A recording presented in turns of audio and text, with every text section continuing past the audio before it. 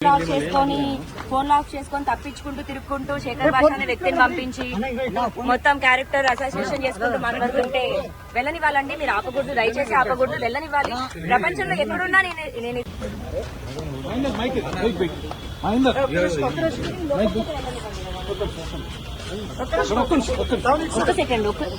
ఒక్క సెకండ్ అవి నన్ను లోపలికి వెళ్ళనివ్వండి కదా. లోపలికి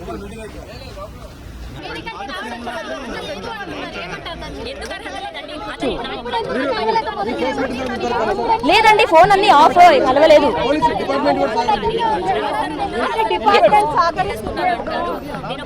ఇప్పుడు ఏమి తప్పు చేయని మనిషి ఎందుకు తప్పించుకుంటాడు?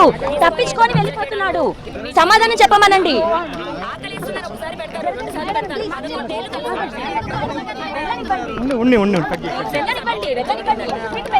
మీ భర్త మిమ్మల్ని వదిలేస్తే ఏంటి? నా భర్త నన్ను వదిలేశాడు. నాకు నా భర్త కావాలి, నాకు నా భర్త కావాలి. అన్ని అయ్యాయండి. 10 ఏళ్ళు ఉన్నామండి, 10 ఏళ్ళు ఉన్నాం. ప్రూఫ్స్ అన్ని 10 ఏళ్ళు ఉన్నాడండి నాతో, 10 ఏళ్ళు ఉన్నాడు. లవ్ మ్యారేజ్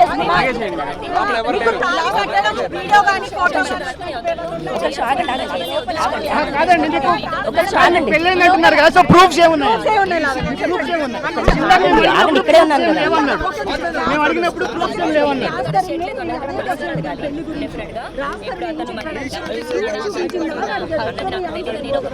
ప్రూఫ్స్ మేమిద్దరం లవ్ మ్యారేజ్ చేసుకున్నాం, మేమిద్దరం మాత్రమే ఉన్నాం.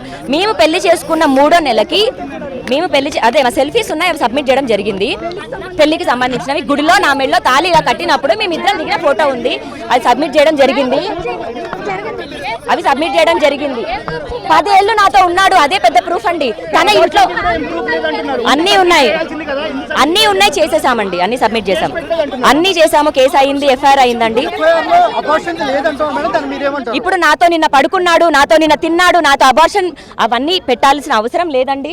అవి ఏం జరిగాయో అవి మేము కోర్టుకి ఇచ్చుకుంటాము. ఇంకా అవును, డెఫినెట్ గా 2 సార్లు చేయించాడండి. పిల్లలు అప్పుడే వద్దు అని 2 సార్లు చేయించాడు. మరి సబ్మిట్ చేయాలి కదండి. చేసామండి. అంటే ఎప్పటి నుంచి ఆయన పెళ్లి వద్దని అంటున్నారు. ఎందుకు అర్హత లేదండి? అతని నా ఇంట్లోంచి పారిపోయాడు. ఈ కార్ రైట్ నౌ, ఈ కార్ చూడండి. అతను గానీ అతను వాళ్ళ ఫాదర్ గానీ రాస్తారు నిల్లు రాస్తారు కార్ తీసేసుకున్నాను అంటారు. నేను ఒక నార్మల్ అమ్మాయిని, అతని ఇంట్లో ఉన్న మనిషిని తీసుకొని ఏదో కబ్జా చేయడానికో. ఇప్పుడు మీ ఇంటికి వస్తే మీరు ఊరుకుంటారా? ఆకలేస్తుందని ఒకసారి పెడతారు, 2 సార్లు పెడతారు. 11 ఏళ్ళు కలిసి ఉన్నాం మేము. ప్రూఫ్స్ అన్ని సబ్మిట్ చేయడం జరిగిందండి.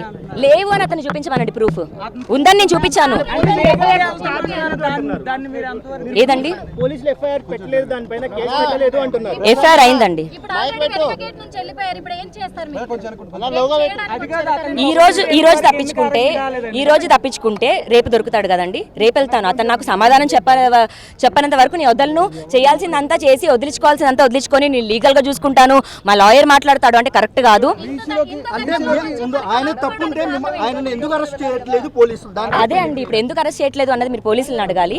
డెఫినెట్ గా ఇప్పుడు అతను మరి డబ్బులు ఇస్తున్నాడా, పలుకుబడి ఉందా అన్నది నాకు తెలీదు. నేను ఒక కామన్ అమ్మాయిని, నేను బయటకు వచ్చి న్యాయం కోసం పోరాడింది. మీడియా హెల్ప్ తీసుకుంది, జనాల హెల్ప్ తీసుకుంది.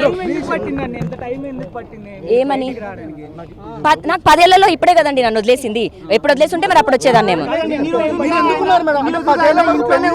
పెళ్లి చేసుకున్నామనే చెప్తున్నానండి. బయట ప్రపంచానికి చెప్పనంత మాత్రాన డజన్ మీన్ పెళ్లి కాలేదని కాదు. పెళ్లి అయ్యింది కాదు. ఇప్పుడు మాట్లాడమనండి. యాంటిసిపేటరీ బెయిల్ వచ్చాక కాదు, ఇప్పుడు మాట్లాడమనండి. లేదు, ఇంకా రాలేదండి, బెయిల్ రాలేదు.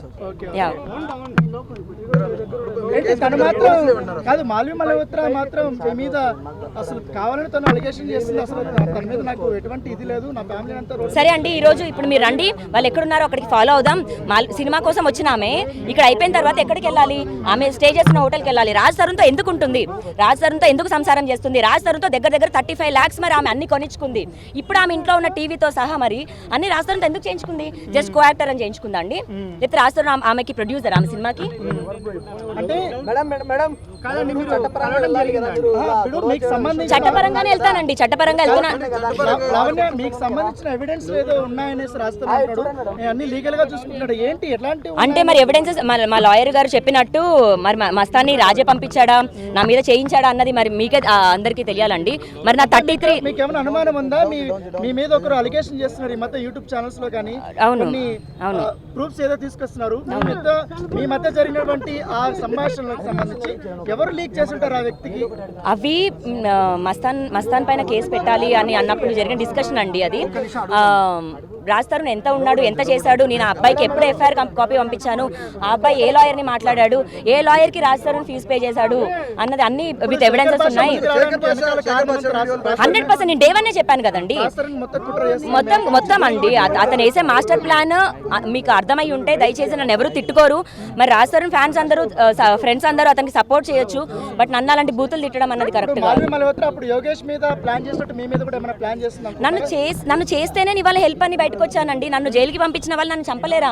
నేను డ్రగ్స్ అమ్మలేదు, నాకు అలాంటి బతుకు, నాకు నేను ఎప్పటికీ బతకను, రోడ్డు మీద చెప్పులన్నా తుడుచుకుంటూ బతుకుతానేమో కానీ, ఆఖరికి ఇంకా కాల్లో చేయి ఇరుగుతే అడుక్కుంటూ బతుకుతానేమో కానీ అలాంటి లుచ్చా పని అయితే నేను చేయను. నన్ను లుచ్చా అలాంటి పని చేశాను, నన్ను లుచ్చా అని అన్న మహానుభావుడు లుచ్చా వాడై ఉంటాడు. అది 2 ఎడిటెడ్ కాల్స్ అండి, 2 ఒరిజినల్స్ కూడా నా దగ్గర ఉన్నాయి. శేఖర్ భాష పేడ్ ఆర్టిస్ట్ అని అందరికీ మీకు అర్థమై ఉండాలి.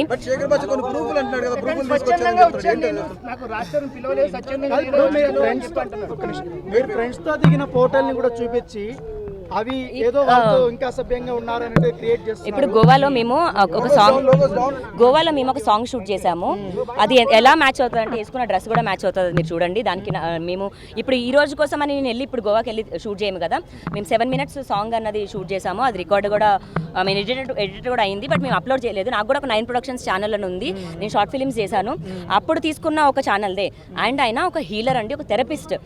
ఓకే, ఒక థెరపిస్ట్ని పట్టుకొని ఫారినర్ కదా, పెడ్లర్, డ్రగ్ అని మాట్లాడేస్తే తప్పు. అది ఎవరికి ఉండాల్సిన ప్రొఫెషన్ వాళ్ళకు ఉంది. అంటే శేఖర్ భాష మాత్రమే కదా ఇక్కడ మగజాతి ఆనిముత్యము, మగవాళ్ళకి అన్యాయం జరిగిందని వచ్చాడు కాబట్టి అతనికి అతని ప్రొఫెషన్లో అతను మిగతా వాళ్ళందరినీ అలాగే వేస్తున్నాడు.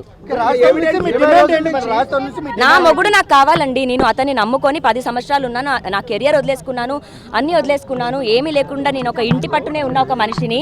నాకు రాజ్ తరుణ్ కావాలి. ఈ రోజున అతను వదిలేస్తాడు, సమాధానం చెప్పకుండా వదిలేస్తాడు. పెళ్లి కాకుండా మొగుడు ఎలా అంటారు అంటే బహిరంగంగా మీరు పెళ్లి చేసుకోలేదు కదా? అవునండి. ఇప్పుడు పెళ్లి అన్న కాన్సెప్ట్ ఒక ఆడ మగకి ఇద్దరి మధ్యలో ఉన్న ఒక ప్రామిస్ అండి. ఓకే, అది నాకు ఆ మనిషి ఇచ్చాడు, నా మెడలో 3 ముళ్ళు వేశాడు, అది నిజం. అది కాని రోజున నేను ఇదే మీడియా ముందు చెప్తున్నాను, మీరు చెప్పులు తీసుకొని కొడతారో, ఊరి నుంచి తరిమేస్తారో చేయండి, అది నేను ప్రూవ్ చేసుకుంటాను. ఉన్నాయి ప్రూవ్ చేసుకుంటాను. అదే అండి, ఇలాంటి రోజు ఒకటి వస్తుంది, వదిలేస్తాడు అన్నది తెలుసుంటే రిజిస్ట్రేషన్ చేయించుకునేదాన్ని. అంత నమ్మాను నేను అతన్ని. ఇన్ని ఏమీ జరగలేదండి, ఏమీ జరగల. ఒక ప్రేమ అన్నది ఒక